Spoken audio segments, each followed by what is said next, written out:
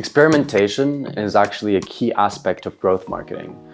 It is one of the most important parts of a growth function. Instead of traditional marketing where you'd actually do loads of assumptions and you'd stick with these assumptions for months, sometimes years, using tactics, channels, target audiences, value propositions that often comes from one or a few limited people. The beauty about this growth marketing approach and taking an experiment-led approach to marketing is that we can really put our assumptions out there and try to understand through real-life data, through the audience, through our stakeholders today, if that resonates with them or not. So what benefits does that bring actually to you and your team?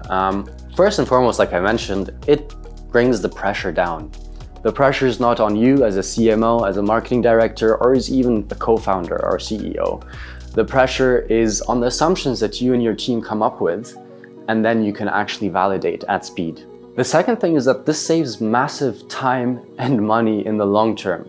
Now you might say, oh wow, well, what if we get experiments wrong the first 2-3 months that we run experiments? Well, that happens actually almost always. And the faster that you spot these wrong tactics, the faster you can actually improve your effectiveness in marketing and therefore save time, save money, and save brain power really for you and your whole team. There's an acronym to help us understand this quite strict process really, and it stands for GROWS. G is the gathering ideas section.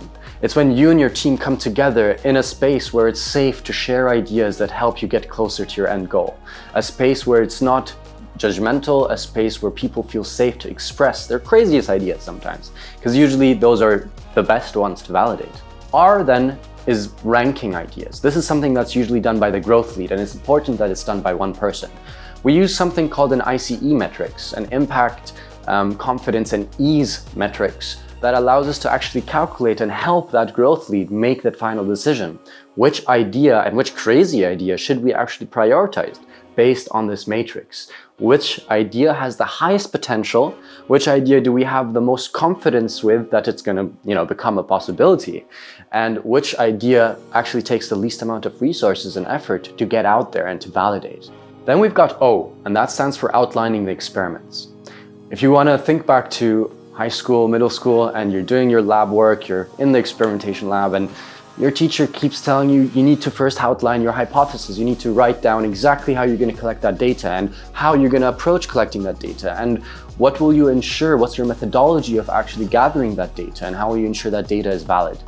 And if we don't have that very strict guideline and hypothesis plan or outline of the hypotheses, then we can't actually collect the data as effectively as possible. W stands for work. More than that, it stands for work, work, work.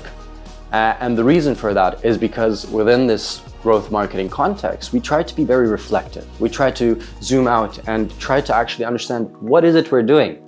How is it we're thinking about our solutions? Not what are we thinking, but how are we thinking about it? So that really requires you and your team to reflect, take a step back, expand. In the opposite though, we need to balance that with speed of execution when we have that outline, when we have that experiment plan. We know what we're doing, we've done the reflective work. So now it's about how do we get the data as quickly as possible. Finally, we've got the S. And it's pretty straightforward. S stands for studying your outcomes or studying your results.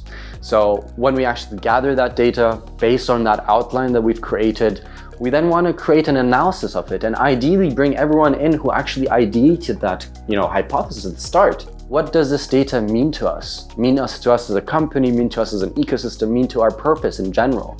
What does it mean to our effectiveness of our marketing activity? What does it mean to the time and money that we could save in the future with our marketing activity?